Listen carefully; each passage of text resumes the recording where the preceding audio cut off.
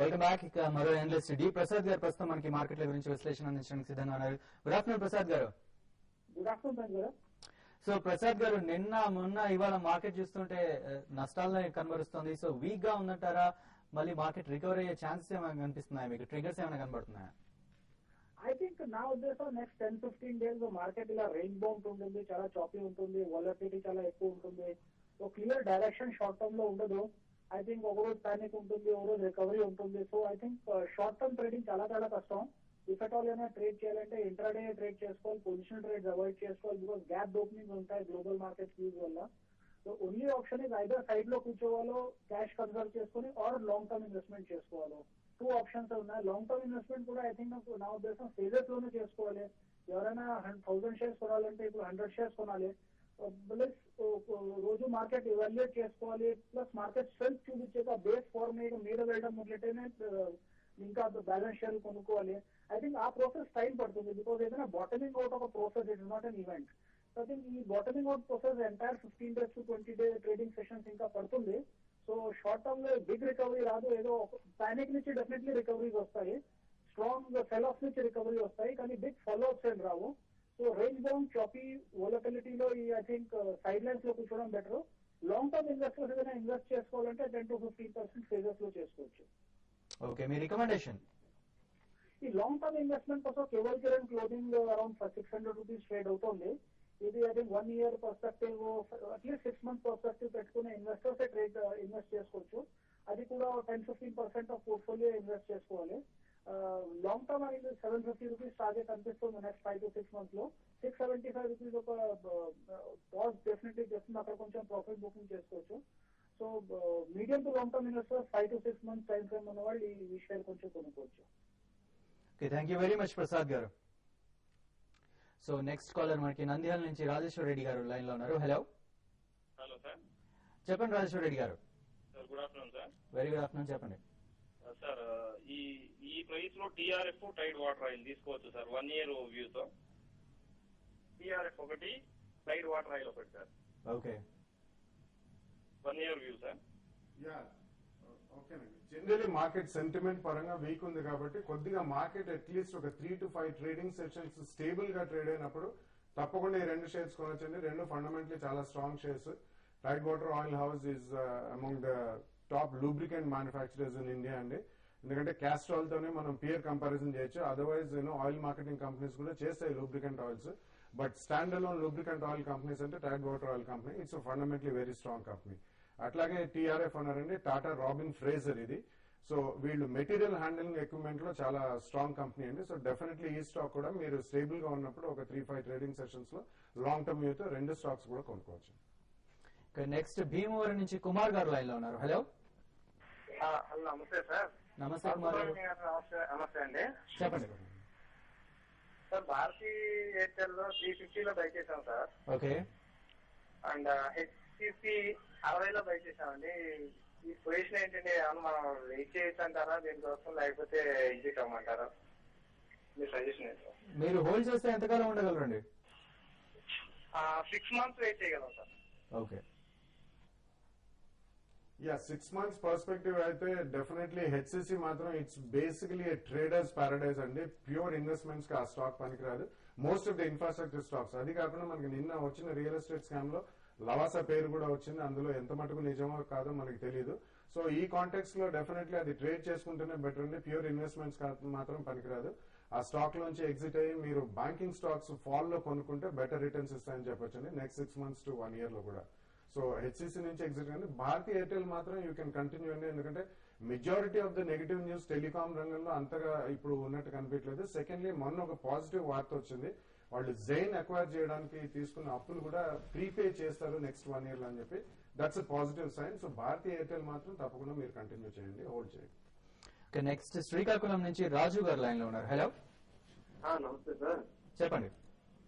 ఇప్పుడు ఈ రేట్ లో బజాజ్ ఏం ఇస్తారు, జేఎస్డబ్ల్యూ ఎనర్జీ కొనొచ్చు అండి, అలాగే ఇండో విండో ఒకటి సార్. ఈ 3 కొనాలనుకుంటున్నాం సార్. ఇప్పుడు ఈ రేట్ లో కొనుక్కోవచ్చా లేకపోతే వెయిట్ చేయమంటారా? అలాగే రియల్ ఎస్టేట్ స్టాక్స్ బాగా పడ్డాయి కదా సార్, ఏవైనా కొనుక్కోవచ్చా? ఓకే, శేష్ గారు. అంటే ఫస్ట్ రియల్ ఎస్టేట్ స్టాక్స్ అయితే ఇంకా కొంచెం సెంటిమెంట్ అనేది కొంచెం నెగిటివ్ గానే ఉంటుందండి. ఇప్పుడు ఒకవేళ పెరిగినా కూడా ఇమీడియట్ గా అయితే పెద్దగా పెరగకపోవచ్చు. ఇక్కడ నుంచి ఒక 5% 6% పుల్ బ్యాక్ ర్యాలీస్ వస్తాయి కానీ ఆ ర్యాలీ అనేది కంటిన్యూ కాదు. కాబట్టి అయితే కొంచెం టైం ఇవ్వండి. ఇప్పుడున్న బ్యాడ్ న్యూస్ లో ఇవన్నీ తట్టుకొని పైకి రావాలంటే మాత్రం చాలా కష్టమండి. కొంతకాలం టైం పడుతుంది మళ్ళీ బౌన్స్ బ్యాక్ కావాలంటే. ఇంకోటి బజాజ్ హిందుస్థాన్ గురించి అడిగారు. కరెంట్ అవర్స్ లో మీరు స్టాక్ అని ఒక ట్రేడింగ్ పరంగా అడుగుతున్నారు, ఇన్వెస్ట్మెంట్ నాకు తెలియదండి. మీరు ట్రేడింగ్ అయితే మీరు స్టాక్ ని మీరు అరౌండ్ 110 ఆ లెవెల్కి వచ్చినప్పుడు బై చేయొచ్చు. 110 112 దగ్గర బై చేయొచ్చు.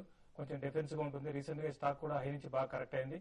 అట్ ద సేమ్ టైం 108 105 దగ్గర మీరు స్టాప్ లాస్ కూడా మీరు పెట్టుకోమని సజెస్ట్ చేస్తారు. ఇన్వెస్ట్మెంట్ కి అయితే దీనికన్నా రేణుకా షుగర్ ఒకటి మీరు బై చేయొచ్చు అండి. రేణుకా కంపేర్ టు బజాజ్ హిందుస్థాన్ కన్నా రేణుకా ఫండమెంటల్స్ కొంత స్ట్రాంగ్ ఉన్నాయి కాబట్టి రేణుకాని సజెస్ట్ చేస్తాను.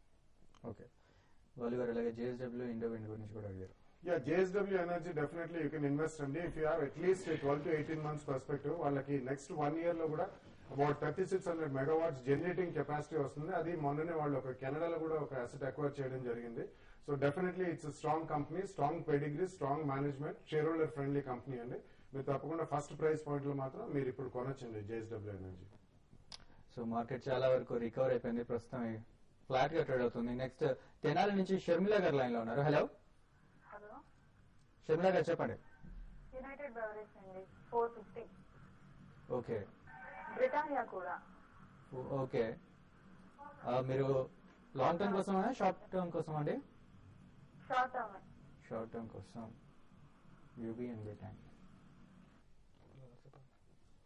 Yeah, United breweries you can continue to hold అండి. బేసిక్ రీజన్ ఈజ్ ఇప్పుడు మనకి షుగర్ క్రాప్ కూడా బాగుంది కాబట్టి వాళ్ళకి బేసిక్ ఇన్పుట్ మొలాసిస్ అండి, పోర్టబుల్ ఆల్కహాల్ అండ్ డిస్టిలరీస్, ఇవన్నీ ఇండియన్ మేడ్ ఫారిన్ లిక్కర్ అవన్నీ చేస్తారు. సో డెఫినెట్లీ దానికి నెక్స్ట్ 6 months to 12 months లో మాత్రం ప్రాఫిటబిలిటీ కూడా పెరిగే అవకాశం ఉంది. You can continue to hold. Britannia చూసుకుంటే మాత్రం కొంచెం హై పీ రేషియో అనేది, జనరల్ ఎఫ్ఎంసీజీ కంపెనీస్ అన్ని కూడా హై పీ రేషియోస్ లో ఉంటాయి. బట్ వాళ్ళకి input cost milk, sugar as well as wheat, ఈ మూడు కూడా కొద్దిగా హై ప్రైస్ లో ఉన్నాయి కాబట్టి ప్రాఫిటబిలిటీ తగ్గింది. అండ్ ఎఫ్ఎంసీజీ కంపెనీ కాబట్టి you can continue to hold next 6 months లో. దానికంటే better option I would say is GlaxoSmithKline consumer health care అండి, మేకర్స్ ఆఫ్ హార్లిక్స్. సో మీరు అందులోంచి షిఫ్ట్ అయితే హార్లిక్స్ లోకి షిఫ్ట్ అవ్వండి. 6 months to 12 months పర్స్పెక్టివ్ మాత్రం this will beat Britannia industries అని చెప్పొచ్చు. నెక్స్ట్ హైదరాబాద్ నుంచి వైష్ణవి గారు లైన్ లో ఉన్నారు. హలో హలో సార్, ఈ రేట్ లో Karuturi global, prime focus, JBF industries తీసుకోవచ్చండి.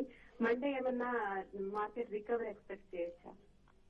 Karuturi, prime and JBS. JBF industries. Okay, Karuturi global అయితే ఇది కొంత ఫండమెంటల్స్ ఉన్నా కూడా స్టాక్ కొంచెం ఆపరేటెడ్ స్టాక్ కూడా అండి. రీసెంట్ గా చూస్తే స్టాక్ చాలా బాగా పెరిగింది. 30 పెరిగి మళ్ళీ 38 నుంచి కొంచెం కరెక్ట్ అయిందండి. కొంత మీరు వెయిట్ చేయమని సజెస్ట్ చేస్తానండి. ఒకవేళ మీరు తీసుకున్నా కూడా ఇది మా షార్ట్ టర్మ్ కోసం కాకుండా ఒక అట్లీస్ట్ 6 to 8 months టార్గెట్ పెట్టుకుంటే మాత్రం స్టాక్ లో కొంచెం అప్ అండ్ అరౌండ్ 55 దాకా పెరగడానికి ఛాన్సెస్ ఉన్నాయి. కాబట్టి ఒక డిక్లైన్స్ లో ఈ స్టాక్ ని మీరు తీసుకోమని చెప్తానండి. ఇంకోటి prime focus prime focus current levels లో కొంత వెయిట్ చేయమని సజెస్ట్ చేస్తానండి. ఇప్పుడు రీసెంట్ గా స్టాక్ కూడా బాగా పెరగడం జరిగింది కాబట్టి మామూలుగా కరెక్షన్ అనేది డెఫినెట్ గా స్టాక్ లో వస్తుంది కాబట్టి కొంతకాలం వెయిట్ చేయండి. రైట్ నో ఏంటంటే కొంచెం మార్కెట్ లో ఫర్దర్ గా వీక్ కావడానికి కూడా అవకాశం ఉంది. ఇప్పుడే బై చేయకండి, ఒక 1 week లో మీరు బై చేసుకోవచ్చు అండి. ఓకే, నెక్స్ట్ సురేష్ గారు లైన్ లో ఉన్నారు. హలో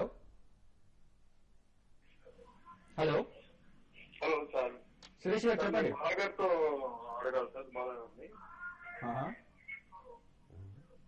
ఏమన్నారు? రెక్టిఫైడ్స్ 410 లో కొన్నాం సార్. ఏ స్టాక్ అండి? Gas formers and rectifiers. Okay okay, 410 లో కొన్నాం సార్. అది 1 year హోల్డింగ్ చేయగలను. నెక్స్ట్ ఇంకోటి DCB సార్, అది 74 లో కొన్నాము. ఓకే, అది కూడా 1 year హోల్డింగ్ చేయగలను సార్. ఇందులోనే ఉండమంటారా వేరే దాంట్లో షిఫ్ట్ చేయమంటారా? ట్రాన్స్ఫార్మర్స్ అండ్ రెక్టిఫైయర్స్ బేసికలీ వాళ్ళు ట్రాన్స్ఫార్మర్ మ్యానుఫ్యాక్చర్ అండి, ఎలక్ట్రికల్ ఎక్విప్మెంట్ మ్యానుఫ్యాక్చరర్స్ లో వస్తారు వాళ్ళు. క్యాపిటల్ గూడ్స్ సెగ్మెంట్ లోకి వస్తుంది ఇది. మనకి ఇండియాలో ట్రాన్స్ఫార్మర్స్ కెపాసిటీ చాలా ఎక్కువ లాస్ట్ 2 years లో ఎక్స్పాన్షన్ జరిగిందండి. అండ్ ఆర్డర్స్ ఇన్ఫ్లో అనేది అంత ఆశాజనకంగా లేదు. మనకి జనరేటింగ్ కెపాసిటీ నెక్స్ట్ 2 years తర్వాత గణనీయంగా పెరుగుతుందండి private sector and public sector లో.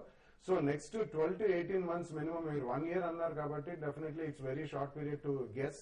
But 12 to 18 months 2 years perspective ఉంటే మాత్రం తప్పకుండా ఉంచండి. ఎందుకంటే వాళ్ళకి ఆర్డర్స్ ఇన్ఫ్లో ఎప్పుడైతే జనరేటింగ్ కెపాసిటీ పెరుగుతుందో ట్రాన్స్ఫార్మర్స్ బిజినెస్ పెరుగుతుంది. అప్పుడు వాళ్ళకి ఆర్డర్ ఇన్ఫ్లో పెరగడం ఒకటి. సెకండ్లీ కమాడిటీస్ కూడా కొద్దిగా వరల్డ్ వైడ్ రిసెషనరీ ట్రెండ్ లో ప్రైజెస్ పడుతున్నాయి కాబట్టి ప్రాఫిటబిలిటీ కూడా పెరుగుతుందండి. ఈ రెండు విధాలుగానే లాంగ్ టర్మ్ లో బాగానే ఉంటుంది. అబౌట్ 12 to 18 months పర్స్పెక్టివ్ ఉంటే తప్పకుండా మీరు ఉంచండి. సో ప్రస్తుతం సెన్సెక్స్ పాజిటివ్ గా ట్రేడ్ అవుతుంది, 18 పాయింట్స్ గెయిన్స్ లో ట్రేడ్ అవుతుంది. శేష్ గారు చివరిగా ఎలాంటి సలహా ఇస్తారంటే మార్కెట్ లో ఇంట్రాడే వాలిటిలిటీ చాలా ఎక్కువగా కనబడుతుంది. అవునండి, మా F&O క్లోజింగ్ లాస్ట్ కాబట్టి ఈ విధంగా వోల్టాలిటీ ఉంటుంది. ఇంకోటి మన ప్రోగ్రామ్ స్టార్ట్ అయినప్పుడు నిఫ్టీ -35 పాయింట్స్ ఉంది, ఇప్పుడు దాదాపు 30 పాయింట్స్ రికవరీ కావడం జరిగింది. ఇంకోటి 58-50 పైన నిఫ్టీ రావడం జరిగింది. కాబట్టి ఇక్కడ ఈ లెవెల్లో కొంచెం బాటమ్ అవుట్ అయిందని అనుకోవచ్చు. అయినా F&O లాస్ట్ 1 అవర్ ట్రేడ్ కూడా చాలా డిఫికల్ట్ గా ఉంటుంది. F&O క్లోజింగ్ లాస్ట్ రోజు ఏదైనా కూడా స్టాక్స్ కొన్ని స్టాక్స్ షార్ట్ కవరింగ్ రావడానికి కూడా అవకాశం ఉంది. లైక్ SBI కానీ, తర్వాత ICICI బ్యాంక్ కానీ కూడా ఇక్కడ నుంచి కొంత పెరగడానికి అవకాశం ఉంది. నేను అనుకోవడం 58-50 పైన ఉంటే మాత్రం నిఫ్టీ క్లోజింగ్ సెషన్ కి 58-80 ఈవెన్ 5,900 వరకు రావడానికి అవకాశం ఉంది. ఒకవేళ 58-50 బ్రేక్ అయిందంటే కొంత పానిక్ సెల్లింగ్ వస్తుంది. ఓకే, థ్యాంక్ యూ శేషు గారు, థ్యాంక్ యూ బాలు గారు. ఇది బిజినెస్ లంచ్ విశేషాలు. ఇక ఆఫ్టర్నూన్ ట్రేడ్ tv5money.com లైవ్ టీవీలో ప్రసారం అవుతుంది. దాంట్లో మీ మెయిల్స్ కి సమాధానాలు ఇస్తాం. సో మెయిల్ చేయడం మర్చిపోకండి.